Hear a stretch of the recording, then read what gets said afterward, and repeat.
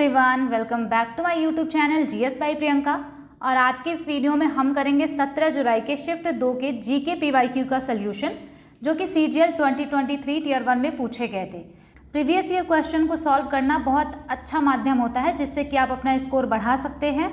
और इसमें मैं एक्स्ट्रा इन्फॉर्मेशन भी ऐड करूँगी और यहाँ पे हम 5 क्वेश्चन करंट अफेयर्स की भी देखते हैं लास्ट में, तो आपके लिए ये ज़्यादा बेनिफिशियल होगा। और जो लोग इस चैनल पर नए हैं तो वो लोग इसका पीडीएफ जाके मेरे टेलीग्राम चैनल से डाउनलोड कर सकते हैं। तो चलिए स्टार्ट करते हैं क्वेश्चन नंबर 1 से। President of India Droupadi Murmu presented the dash of the digital India awards on 7 January 2023 in New Delhi.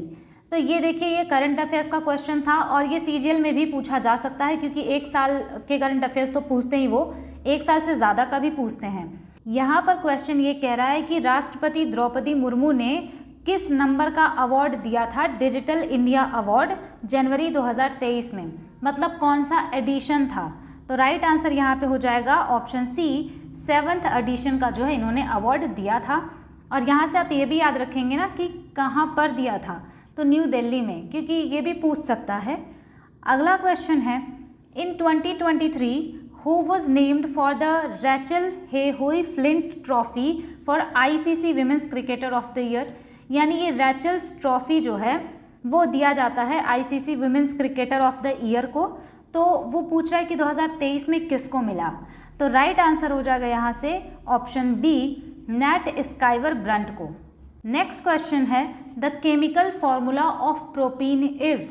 तो देखिए, हाइड्रोकार्बन्स का ना हर बार नाम पूछा जाता है, तो यहाँ से आपको याद रखना है प्रोपीन का फॉर्मूला होता है ऑप्शन सी, C3H6। हाइड्रोकार्बन्स का मतलब होता है जो हाइड्रोजन एंड कार्बन से मिलके बने, उसको बोलते हैं हाइड्रोकार्बन्स। और ये ना 3 तरह के होते हैं, एक तो होता है एल्केन, उसके बाद होता है एल्कीन और थर्ड वाला होता है एल्काइन। और यहाँ से आपको इनका जनरल फॉर्मूला याद रखना है। एल्केन का जनरल फार्मूला होता है CnH2n+2, एल्कीन का होता है CnH2n और एल्काइन का होता है CnH2n-2। तो यहाँ से आप फार्मूला गैस भी कर सकते थे, क्योंकि यहाँ पे ये सेम है तो ये तो नहीं होगा। यहाँ पे C3 है, H4 है, तो ये भी नहीं होगा। ये तो आपने पढ़ा होगा, जब 1 कार्बन होता है उसके लिए हम सफिक्स यूज़ करते हैं मेथ, 2 कार्बन होता है तो उसके लिए हम एथ का यूज़ करते हैं, 3 कार्बन होता है तो हम प्रोप का यूज़ करते हैं, 4 कार्बन होता है तो हम ब्यूट का यूज़ करते हैं और 5 कार्बन होता है तो पेंट का यूज़ करते हैं। तो यहाँ पे प्रोपीन पूछा था ना, तो प्रोप में 3 कार्बन आएंगे यानी C3 होगा। तो आप देख लीजिए कहाँ पे C3 है, 2 ऑप्शन आपके ऐसे सीधे सीधे कट जाएंगे। अब बाकी 2 ऑप्शन बचा तो आप फॉर्मूले में फिट करके देख सकते हैं।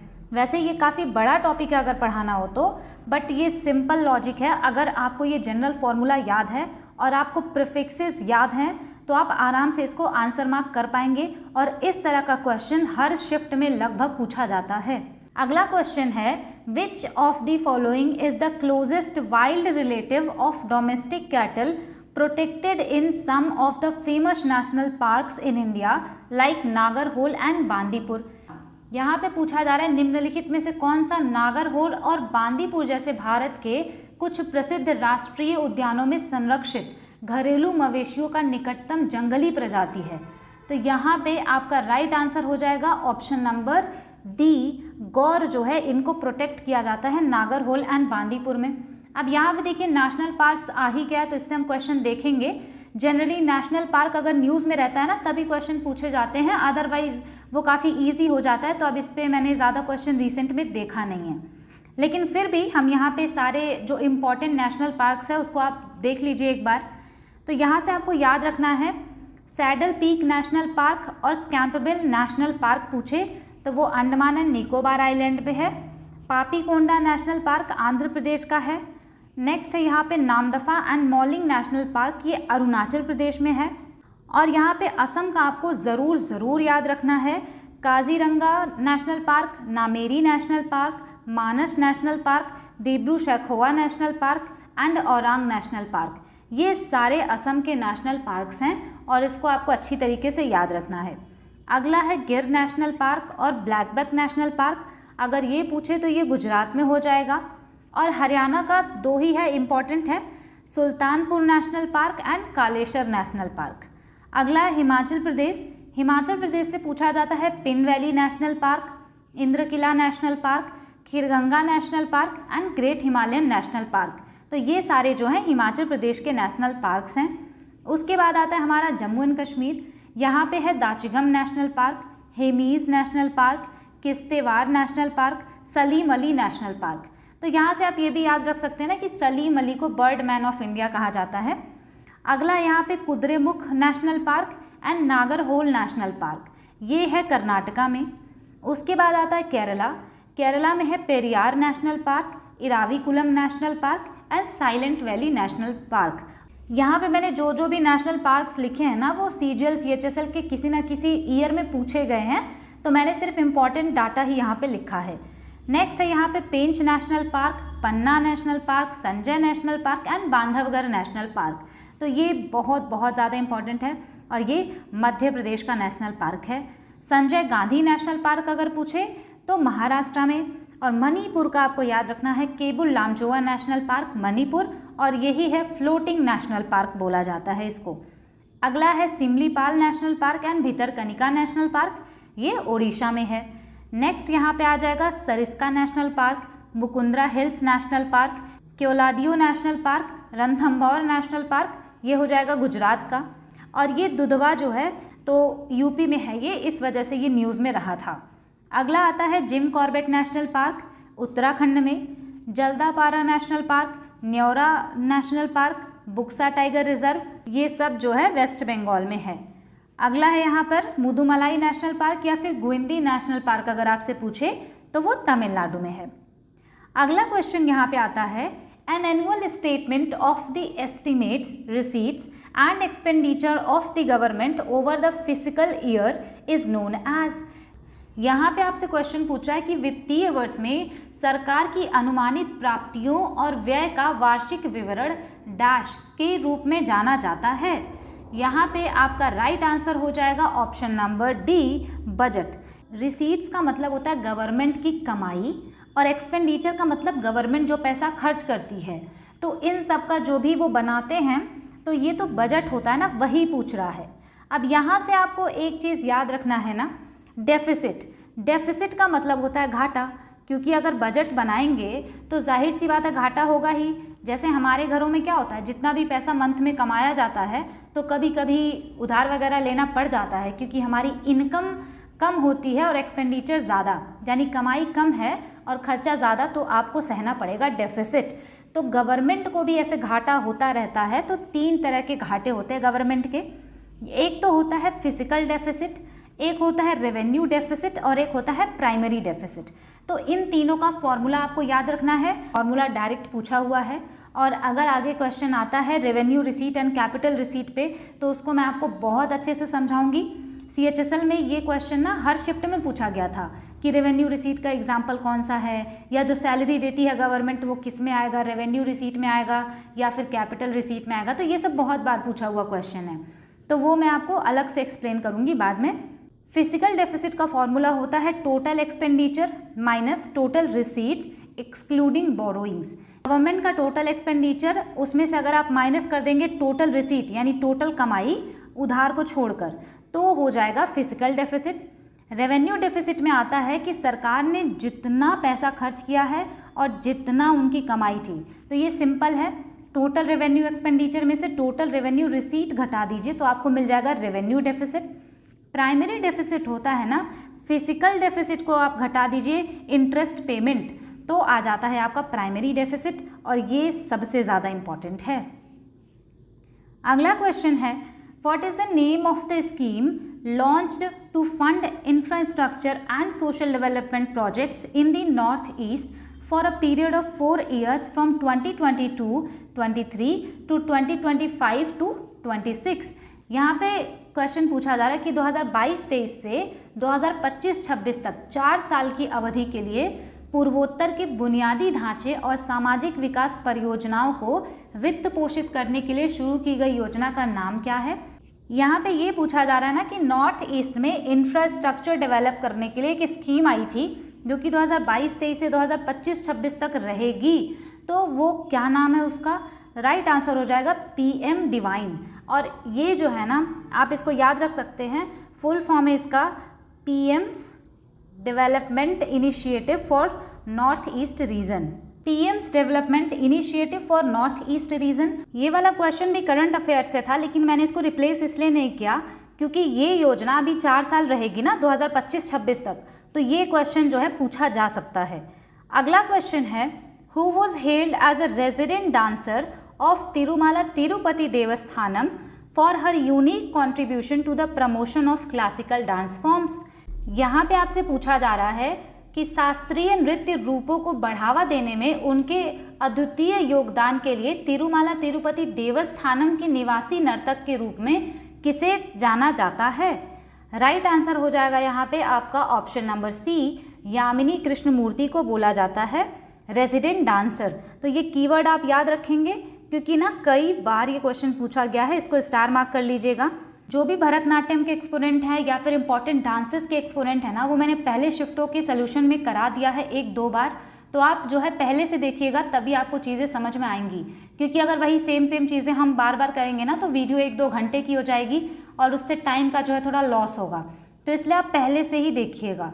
अगला क्वेश्चन है यहाँ पर, इन February 2021 through which of the following cases did the supreme court rule that in the cases when the juvenile offender is under 18 years and above 16 years, he or she should be remitted to jurisdictional juvenile justice boards। ये देखिए, ये भी current affairs का question था, लेकिन case यहाँ पे important है क्योंकि केस का नाम दे देगा और पूछ लेगा कि इससे क्या हुआ था। तो यहाँ पे आपसे क्वेश्चन पूछा जा रहा है कि फरवरी 2021 में सुप्रीम कोर्ट ने ये बोला कि जो भी किशोर अपराधी हैं, मतलब जैसे बच्चे होते हैं ना कुछ, तो वो अगर कोई क्राइम करते हैं, तो अगर वो 18 साल से कम के हैं या फिर 16 साल से ऊपर के हैं, तो उनको किशोर न्याय बोर्ड में भेज दिया जाना चाहिए। तो ये किस केस में उन्होंने बोला? तो राइट आंसर हो जाएगा option D, Devilal versus state of Madhya Pradesh case हुआ था, उसमें जो है सुप्रीम कोर्ट ने ये फैसला सुनाया था। अगला क्वेश्चन है, which part of the constitution of India contains the provisions of union executive. Bharat के संविधान के किस भाग में संघ कार्यपालिका के प्रावधान शामिल हैं? तो यहाँ पे राइट आंसर हो जाएगा ऑप्शन ए, पार्ट 5 में जो है यूनियन एग्जीक्यूटिव के बारे में दिया है। यूनियन एग्जीक्यूटिव का मतलब होता है कि जो भी हमारा केंद्र में जो सरकार वगैरह बनती है ना, और फिर प्रेसिडेंट वगैरह, तो उन सबको बोलते हैं हम यूनियन एग्जीक्यूटिव। किस पार्ट में आता है यूनियन एग्जीक्यूटिव? वही बोला है, तो पार्ट 5 में आता है। और इसमें भी ना चैप्टर्स होते हैं, तो अगर इसमें क्वेश्चन आया डिटेल में तो हम उसको डिस्कस करेंगे। यूनियन एग्जीक्यूटिव का आर्टिकल होता है आर्टिकल 52 से 78 तक, जिसमें से आर्टिकल 52 से 62 तक प्रेसिडेंट आते हैं। 74 एंड 75 एंड आर्टिकल 78 में बात कही गई है PM and council of ministers की, एंड आर्टिकल 76 में बात की गई है अटॉर्नी जनरल ऑफ इंडिया की। तो यहाँ पे ना आप ये मत सोचिएगा कि बस इतना ही कम आर्टिकल है, नहीं, इसमें बहुत सारे आर्टिकल है। यहाँ पे मैंने वही आर्टिकल लिखे हैं ना जो कि यूनियन एग्जीक्यूटिव में आते हैं, जैसे कि हमारे प्राइम मिनिस्टर हो गए, हमारे प्रेसिडेंट हो गए, वाइस प्रेसिडेंट हो गए, council of ministers and attorney general of India, ये सारे लोग ना यूनियन एग्जीक्यूटिव में आते हैं। तो इस वजह से सिर्फ इन्हीं का आर्टिकल मैंने यहाँ पे लिखा है। अगला यहाँ पे आप यहीं से तुरंत इसको भी याद कर लेंगे, स्टेट एग्जीक्यूटिव अगर पूछे तो जैसे वहाँ पे प्रेसिडेंट आते हैं तो स्टेट में गवर्नर, और जैसे वहाँ पे प्राइम मिनिस्टर होते हैं तो यहाँ पे chief minister and council of minister, और जैसे वहाँ पे अटॉर्नी जनरल होते हैं ऑफ इंडिया, वैसे यहाँ पे होते हैं एडवोकेट जनरल ऑफ स्टेट। तो इनका आर्टिकल मैंने लिखा है। स्टेट एग्जीक्यूटिव का आर्टिकल आता है 153 से लेके 167 तक, जिसमें गवर्नर का आर्टिकल है 153 से 161, chief minister and council of minister का आर्टिकल होता है 164 से 167, एडवोकेट जनरल ऑफ स्टेट का आर्टिकल होता है आर्टिकल 165 से आर्टिकल 177। नेक्स्ट क्वेश्चन है, which of the following countries won the highest number of gold medals in Tokyo Paralympics. Tokyo Paralympic 2020 जो हुआ था उसमें सबसे ज़्यादा मेडल किसको मिले थे? राइट आंसर हो जाएगा ऑप्शन सी, चाइना को मिले थे। और अगर आपसे पूछे कि फर्स्ट पैरालंपिक गेम कब हुआ था, जो कि फेवरेट क्वेश्चन रहा था SSC का, CHSL वगैरह में बहुत पूछता है, तो फर्स्ट पैरालंपिक गेम 1960 में हुआ था। रोम इटली में। और हर 4 साल पे पैरालंपिक गेम होता है, जैसे ओलंपिक गेम होता है वैसे पैरालंपिक गेम होता है, 4 साल पे होता है ये। तो यहाँ पे चाइना को सबसे ज़्यादा जो है मेडल्स मिले थे। यहाँ से आप ये भी याद रखेंगे कि अगर पूछे कि टोक्यो पैरालंपिक 2020 में इंडिया की रैंक क्या थी, तो इंडिया की रैंक जो है 24th थी, क्योंकि टोटल जो मेडल था ना 19 मेडल्स जो है इंडिया ने जीता था, और जिसमें से केवल और केवल 5 गोल्ड मेडल थे और 8 सिल्वर एंड 6 ब्रॉन्ज मेडल थे। बस इतना याद रखिए कि इंडिया की रैंक क्या थी टोक्यो पैरालंपिक में, तो वो थी 24th, और चाइना को हाईएस्ट मेडल मिला था। और ये क्वेश्चन भी रिप्लेस मैंने नहीं किया क्योंकि ये काफ़ी ज़्यादा रिलेवेंट है, क्योंकि 2020 में हुआ तो अब 2024 तक होगा, तो जो कि अभी नहीं हुआ है, तो इसी से क्वेश्चन बनेगा अगर बनना होगा। अगला क्वेश्चन है, which of the following countries has hosted the 3 Asian games. यहाँ पे कह रहा है कि किस देश ने 3 एशियन गेम्स को होस्ट किया है। राइट आंसर हो जाएगा option A, south Korea. South Korea ने 3 बार एशियन गेम्स को होस्ट किया है। और अगर आपसे पूछे एशियन गेम फर्स्ट टाइम कब हुए, तो 1951 में हुए, और फर्स्ट टाइम ही जो है इंडिया ने न्यू दिल्ली में इसको होस्ट किया था। और ये क्वेश्चन भी पूछा हुआ है कि एशियन गेम फर्स्ट टाइम कब हुआ और किसने उसको होस्ट किया, और इसमें 45 कंट्रीज़ ने पार्टिसिपेट किया था जब इंडिया ने इसको पहली बार होस्ट किया था। अगला क्वेश्चन है, who led the English army in the battle of Buxar. Battle of Buxar में अंग्रेजी सेना का नेतृत्व किसने किया। राइट आंसर हो जाएगा यहाँ पर हेक्टर मुनरो। अब ये क्वेश्चन इतना ज़्यादा इम्पॉर्टेंट है ना, मॉडर्न हिस्ट्री में बहुत सारी लड़ाइयाँ हुई और उनसे हर बार क्वेश्चन बनता है। तो यहाँ पे मैंने कुछ बैटल्स को लिस्ट डाउन किया है, देख के डरिएगा मत, आपको इसमें से ये सारी चीज़ें नहीं याद रखनी है। अभी मैं बताऊँगी कि इसमें से आपको क्या क्या चीज़ें याद रखनी है और क्या नहीं याद रखनी है। तो पहले आप यही देख लीजिए कि बैटल ऑफ बक्सर कब हुआ था।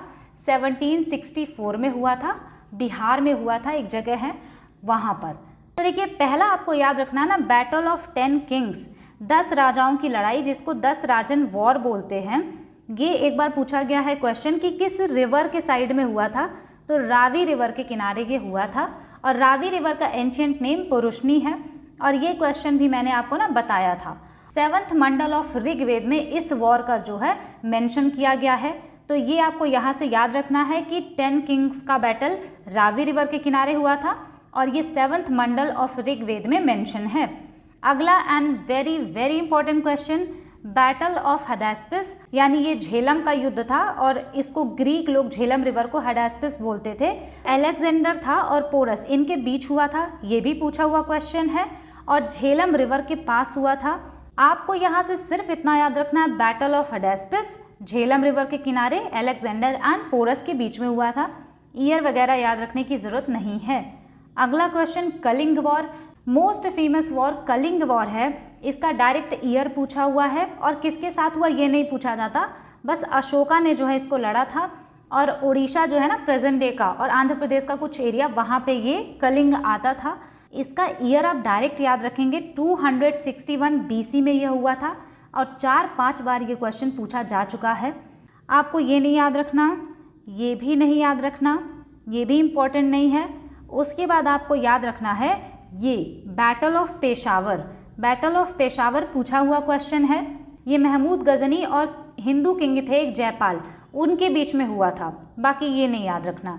अब यहाँ से जो ब्लू में है ना, तो वो तो मोस्ट मोस्ट मोस्ट इम्पॉर्टेंट है। जैसे कि फर्स्ट बैटल ऑफ तराइन किन के बीच हुआ, ये भी याद रखना है आपको। तो ये हुआ था पृथ्वीराज चौहान और मोहम्मद गौरी के बीच में। किस ईयर में हुआ था ये भी याद रखना है, 1191 में हुआ था ये। और उसके बाद है सेकेंड बैटल ऑफ तराइन, ये भी पृथ्वीराज चौहान और मोहम्मद गौरी के बीच हुआ था 1192 AD में। ये आप मत याद रखिएगा, क्योंकि आपको वैसे ही याद हो जाएगा, तराई जो प्लेस है वो हरियाणा में है। तो इसमें ना पहले तो पृथ्वीराज चौहान जीते थे, बाद में मोहम्मद गौरी जीत गया था। नेक्स्ट यहाँ पे battle of Chandawar, again very very important question, Mohammad Ghori and Jaichandra के बीच में हुआ था। कहाँ पर हुआ था ये नहीं पूछेगा, किस ईयर में हुआ था ये भी नहीं पूछेगा। बस यहाँ से इतना याद रखना है, battle of Chandawar Mohammad Ghori and Jaichandra के बीच हुआ था।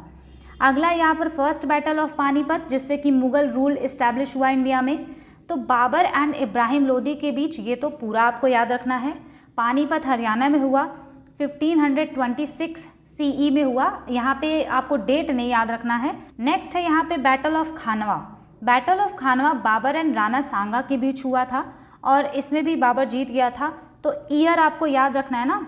एक ट्रिक होती है ना, बाबर आया, पानी पिया, खाना खाया और चांद देखा, घर गया, सो गया, ऐसे करके। तो आप वैसे भी याद रख सकते हैं। बैटल ऑफ खानवा 1527 में हुआ और बाबर एंड राणा सांगा के बीच हुआ। अगला यहाँ पर बैटल ऑफ चंदेरी, तो ये राजपूत एंड मुगल्स के बीच हुआ था और डेट वगैरह यहाँ पे सिर्फ इतना याद रखना है, डेट नहीं याद रखना है आपको।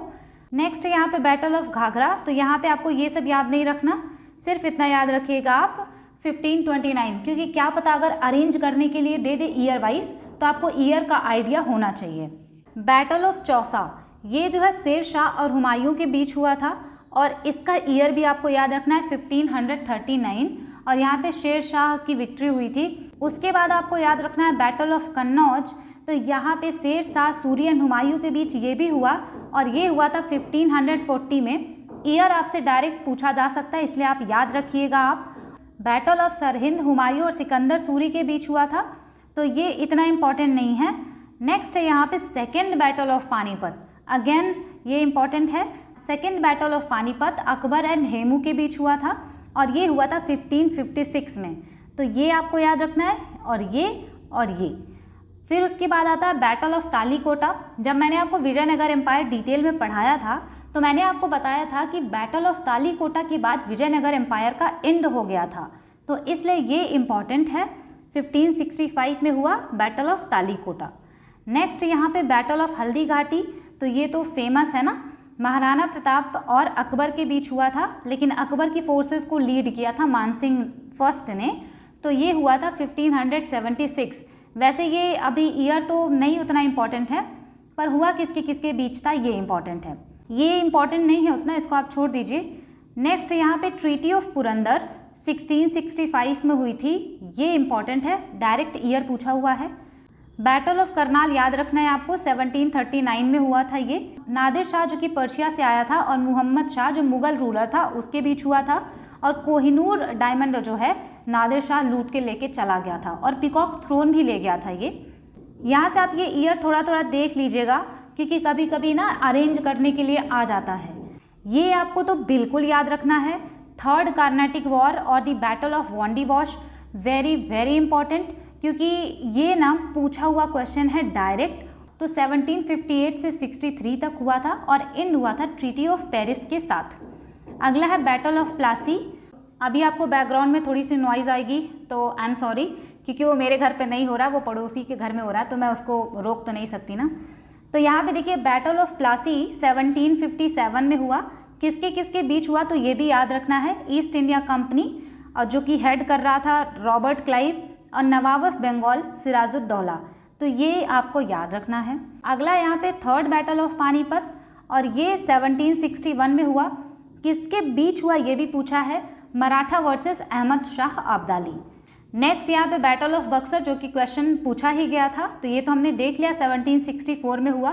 देखिए यहाँ पे लिखा ना लेड बाय हेक्टर मुनरो, तो ये भी पूछा हुआ क्वेश्चन है। यहाँ पे ईस्ट इंडिया कंपनी तो थी ही, लेकिन उसके बाद यहाँ पे 3 जो है बंगाल के नवाब मीर कासिम, अवध के नवाब सुजाउद्दौला, शाह आलम II जो कि मुगल एम्परर थे, तो ये तीनों एक साइड थे और ईस्ट इंडिया कंपनी दूसरे साइड थी। नेक्स्ट यहाँ पे आता है एंग्लो मराठा वॉर, 1780s के टाइम पे स्टार्ट हो जाता है।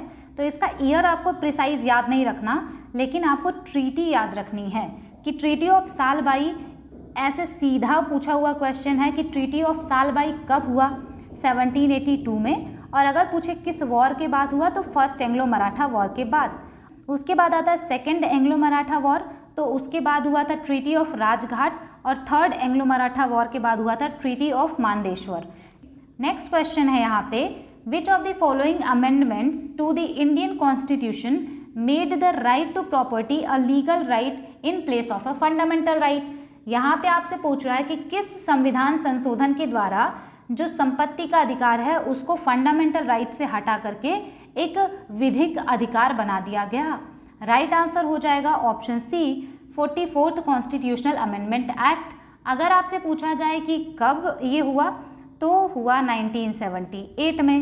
अगर आपसे पूछे कि राइट टू प्रॉपर्टी अभी किस आर्टिकल में है, तो 300A में है ये, और अभी ये लीगल राइट है। और जब ये नहीं हटाया गया था तो ये आर्टिकल 19(1) के F में जो है फंडामेंटल राइट हुआ करता था।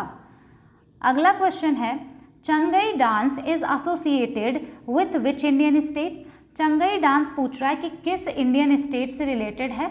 राइट आंसर आपका यहाँ से हो जाएगा ऑप्शन नंबर सी, नागालैंड से ये है रिलेटेड है। अब यहाँ से चलिए नागालैंड का इम्पॉर्टेंट जो है फेस्टिवल देख लेते हैं, जो कि कई बार पूछा हुआ क्वेश्चन है। देखिए पहला यहाँ पर है ना हॉर्नबिल फेस्टिवल, ये 1 से 10 दिसंबर तक मनाया जाता है। डेट भी पूछा हुआ है। मोआत्सु फेस्टिवल एंड मिमकुट फेस्टिवल ये नागालैंड का है। और ये जो हॉर्नबिल फेस्टिवल है ना, इसको फेस्टिवल ऑफ फेस्टिवल्स बोलते हैं। फेस्टिवल ऑफ फेस्टिवल्स बोलते हैं इसको, और याद रखना है आपको। अगला है यहाँ पर मध्य प्रदेश का फेस्टिवल देखेंगे हम, तो मध्य प्रदेश में मनाया जाता है लोकरंग फेस्टिवल, भगोरिया हाट फेस्टिवल, चेतियागिरी विहार फेस्टिवल, खजुराहो फेस्टिवल, मालवा उत्सव, तानसेन समारोह एंड ओरछा उत्सव। यहाँ पे ये जो है लोकरंग इम्पॉर्टेंट है ज़्यादा, और ये भी। अब यहाँ से आपको याद रखना है मिज़ोरम का चापचरकूट पॉलकुट, ये मिज़ोरम में मनाया जाता है, और पॉलकुट जो है इसको स्ट्रॉ फेस्टिवल भी कहते हैं। नेक्स्ट क्वेश्चन है, which is the national fruit of Bangladesh. Bangladesh का राष्ट्रीय फल क्या है, ये क्वेश्चन पूछा हुआ है। और ऐसे क्वेश्चन तो बहुत बार पूछे जाते हैं ना, कि जो भी हमारी नेबरिंग कंट्रीज़ है वहाँ की बहुत सारी चीज़ें पूछी जाती हैं। बांग्लादेश का नेशनल फ्रूट है जैक फ्रूट, यानी कि कटहल। और यहाँ से आप देख लीजिए कि जैक फ्रूट जो है श्रीलंका का भी नेशनल फ्रूट है, और नेपाल का है ऑरेंज, अफगानिस्तान का है पोमेग्रेनेट। अगला क्वेश्चन है, which of the following chemicals is used as a preservative to slow browning and discolouration in foods and beverages during preparation, storage and distribution. किस रसायन का उपयोग तैयारी, भंडारण और वितरण के दौरान खाद्य पदार्थ और पेय पदार्थों को धीमा करने और उनका रंग बदलने के लिए परीक्षक के रूप में किया जाता है। राइट आंसर यहाँ पे सी, सल्फाइड। और ये आपको डायरेक्ट याद रखना है, क्योंकि केमिस्ट्री से ना ऐसे क्वेश्चन बहुत पूछे गए हैं जहाँ पे सीधे दे देगा कि किसका यूज़ करेंगे, और काफ़ी डीप में ये क्वेश्चन पूछे जाते हैं।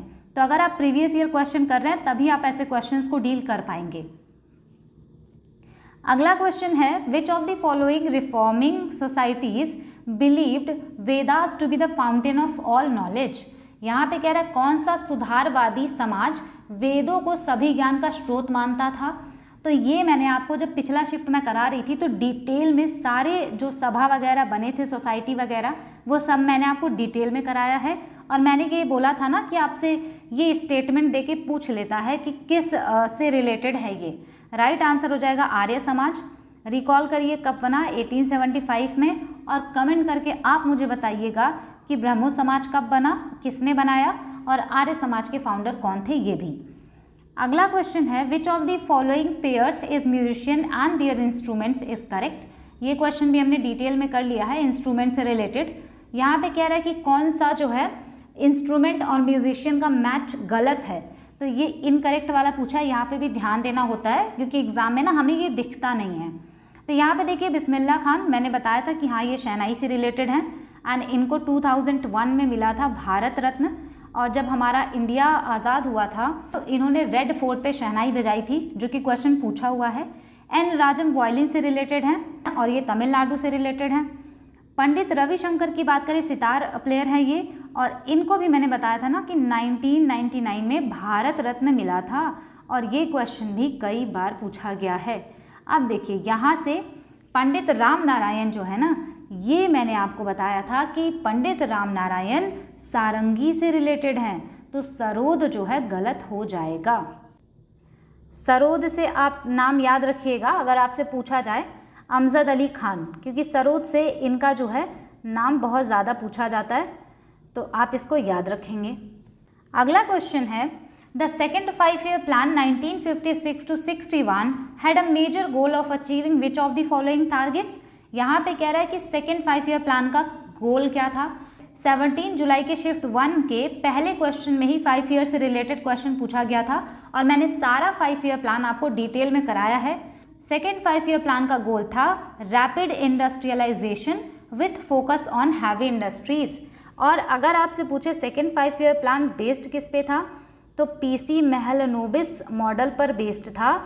और इनका जो बर्थ डेट है 29 जून, उस दिन को हम क्या मनाते हैं, स्टैटिस्टिक्स डे मनाते हैं। और यहाँ पे सेकेंड 5 ईयर प्लान में 3 जो है स्टील प्लांट सेटअप हुए थे, और जो कि हमने बनाया था कौन कौन सा, आप रिकॉल करने की कोशिश करिए। 3 स्टील प्लांट सेटअप हुए थे इंडिया में सेकेंड 5 ईयर प्लान के टाइम पे।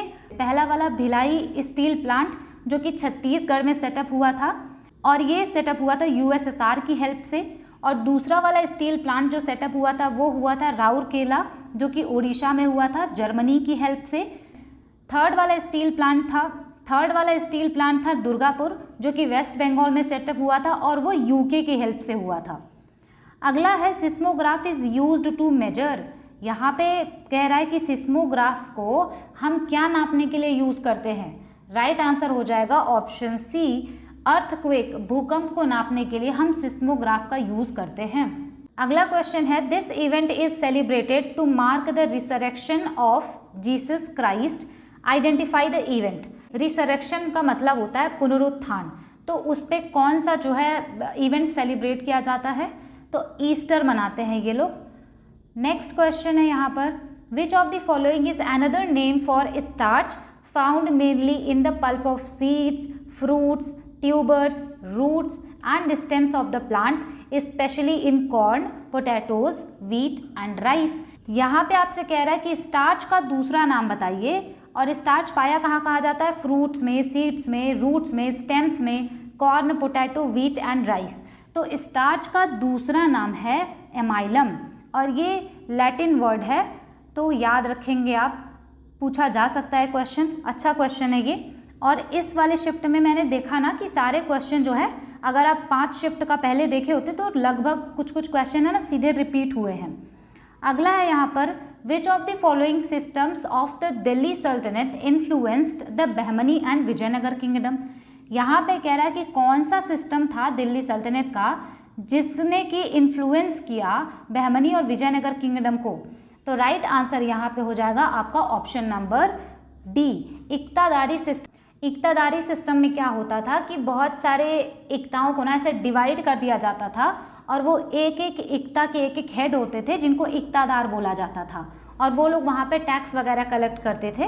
तो ये सिस्टम जो है इन्फ्लुएंस किया बहमनी एंड विजयनगर किंगडम्स को भी। नेक्स्ट क्वेश्चन है, what is the product formed when CH3CH2OH reacts with O2। यहाँ पे कह रहा है कि CH3CH2OH अगर ऑक्सीजन के साथ रिएक्ट करता है तो कौन कौन सा प्रोडक्ट बनता है, तो राइट आंसर हो जाएगा option B, CO2 + H2O plus heat and light. C2H5 को बोलते हैं एथेनॉल, कार्बन यहाँ पे 2 है ना, तो एथ, और ये OH को बोलते हैं ऑल, तो यहाँ पे हो जाएगा ethanol. Next and last question है शिफ्ट का, लेकिन जो अभी करंट अफेयर्स के भी 5 क्वेश्चन हम करेंगे। क्वेश्चन आपसे पूछ रहा है, what was the function of an officer called समाहर्ता। कह रहा है कि समाहर्ता नाम का जो पोस्ट होता था ना, एक अधिकारी का पोस्ट होता था मौर्यन एडमिनिस्ट्रेशन के टाइम, तो उनका काम क्या होता था, तो राइट आंसर है ऑप्शन बी, टैक्स असेसमेंट करने का जो है इनका काम होता था। टैक्स असेसमेंट का काम होता था इनका, मतलब कि ये देखते थे कि कर कैसे निर्धारित हो रहा है। चलिए अब करते हैं करंट अफेयर्स के क्वेश्चन। पहला क्वेश्चन है करंट अफेयर्स का यहाँ पर, who has been appointed as executive director of RBI. Executive director of RBI के रूप में अपॉइंट किया गया है आर लक्ष्मीकांत राव को। लेकिन अगर आपसे पूछे प्रेजेंट टाइम में कौन है आरबीआई के गवर्नर, शक्तिकांत दास जी जो हैं ये प्रेजेंट टाइम के गवर्नर हैं। और अगर आपसे पूछे कि ये आरबीआई बना कब था, तो आरबीआई बना था 1 अप्रैल 1935 को। और ये क्वेश्चन भी पूछ लेता है ना कि आरबीआई के फर्स्ट जो है गवर्नर कौन थे, तो फर्स्ट गवर्नर आरबीआई के थे ऑसबॉर्न स्मिथ। लेकिन अगर पूछे कि फर्स्ट गवर्नर आरबीआई के लेकिन इंडिपेंडेंट इंडिया के, यानी कि जब भारत आज़ाद हुआ उसके बाद आरबीआई के पहले गवर्नर कौन बने जो इंडिया के थे, तो आप आंसर मार्क करेंगे CD देशमुख। और यहाँ से आपको एक चीज़ और याद रखनी है ना, आरबीआई को बोला जाता है लेंडर ऑफ लास्ट रिजॉर्ट। यहाँ से एक चीज़ और याद रखना है, आरबीआई को बोला जाता है बैंक ऑफ बैंक्स। तो ये इतनी चीज़ें आपको आरबीआई के बारे में याद रखनी है।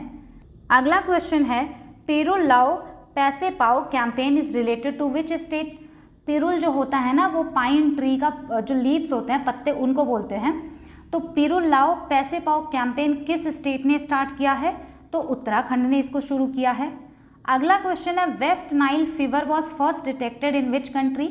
वेस्ट नाइल फीवर जो है पहली बार किस देश में डिटेक्ट किया गया था? तो युगांडा में।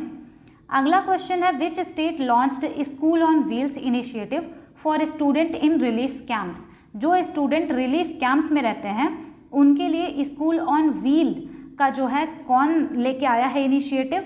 तो राइट आंसर यहाँ पे हो जाएगा मणिपुर। अगर आपसे पूछे कि गवर्नर कौन है मणिपुर की, तो आप आंसर मार्क करेंगे अनुसुईया उइके जी जो हैं ये हैं गवर्नर मणिपुर की। और अगर सीएम पूछा जाए मणिपुर के कौन हैं, तो N Biren Singh. Last question है, 26th ASEAN India senior officials meeting held in which city. यानी कि 26th ASEAN India senior official meeting कहाँ पर हुआ? तो न्यू दिल्ली में हुआ।